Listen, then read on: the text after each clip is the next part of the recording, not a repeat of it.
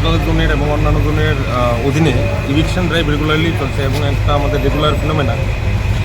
তবুও আমরা বারবার মাইকিংয়ের মাধ্যমে সবাইকে অবগত করিয়েছিলাম যারা অথরাইজড ভেন্ডার আছে যে সকাল 11টা সময় ওদের আসতে হবে এবং রাত্র 11টার পরে সরিয়ে নিতে হবে।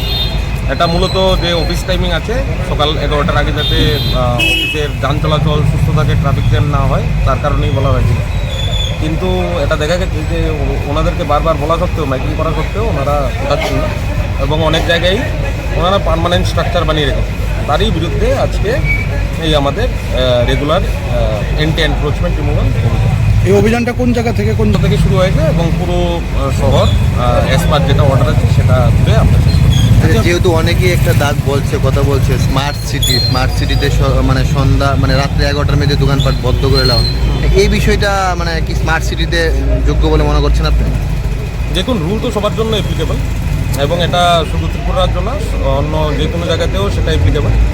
তো রুল আমাদের সবারই মেনে চলতে হবে এবং সেটারই অঙ্গ হিসেবে অনেকে দেখবেন আপনারা অলরেডি সরিয়ে নিয়েছে এবং ওরা সরিয়ে নিয়ে যায় এবং যারা সরায় না ওরা রেগুলার হ্যাবিচুয়ালি এখানে রেখে যায়। মানে 11টার সময় দোকান লাগিয়ে নেওয়া, এটা বলছি না। বিশেষত প্রশ্ন জাগছে যে যেহেতু স্মার্ট সিটি আমরা সবাই জানি, স্মার্ট সিটি একটা আলাদা ব্যাপার এবং টাউন ভেন্ডিং কমিটির যে রুল আছে সেটা আলাদা ব্যাপার। তো অলরেডি এটা আজকের না, এটা অলরেডি প্রেস কনফারেন্স করা হয়েছে এবং আপনারাও কভার করেছেন, সেখানে দেখেছেন যে রুলটা কী আছে, সেই রুলই আমরা ফলো করছি।